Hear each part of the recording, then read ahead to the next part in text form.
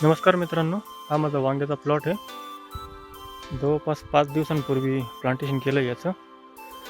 याची पहिली आवळणी करायची आहे. याची पहिली आवळणी जी आहे ती आपण त्याला स्लरी देणार आहोत. तुम्हाला दाखवतो मी 1 मिनिट.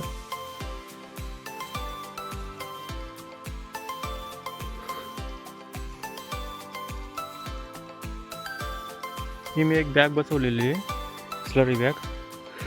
तर यावेळेस मी वांग्याला पहिली आवळणी याच्यातलीच करणार आहे. हे तुम्ही बघू शकता.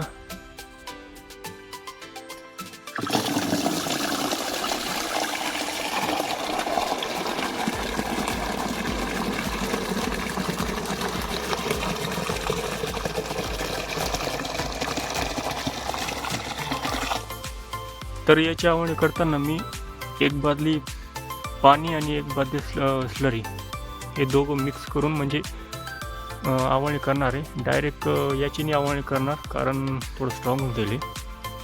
त्यामुळे अर्धं पाणी आणि अर्धी स्लरी.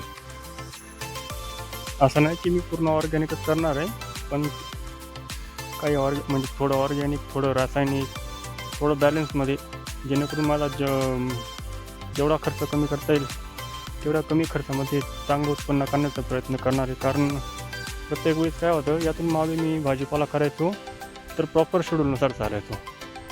तर त्या शेड्यूलनुसार चालल्यामुळे माझं उत्पन्न तर चांगलं निघायचंच, पण जेव्हा मला बाजारामध्ये जर रेट कमी मिळाला तर खर्च जास्त आणि उत्पन्न कमी.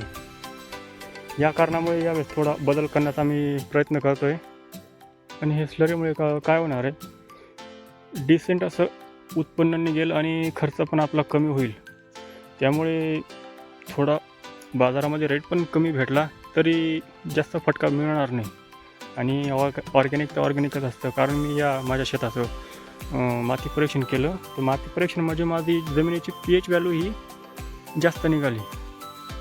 त्याच्यामुळे ते आपण जेवढे पण खाद्य टाकतो तर ते pH व्हॅल्यू जास्त असल्यामुळे किंवा काही अन्य कारणामुळे अपटेक होत नाही ते झाडाला. त्याच्यामुळे थोडं ऑर्गॅनिक चालू केल्यामुळे जमिनीची गुणवत्ता पण वाढेल आणि खतांची प्रॉपर असं अपटेक होईल पिकांना. यावेळी जास्त रासायनिक खतांचा मारा न करता थोडं ऑर्गॅनिक आणि थोडं रासायनिकाचा कमी खर्चामध्ये पीक काढण्याचा प्रयत्न करायचा विचार चालू आहे माझा. तर बघू किती यश मिळतं किती नाही.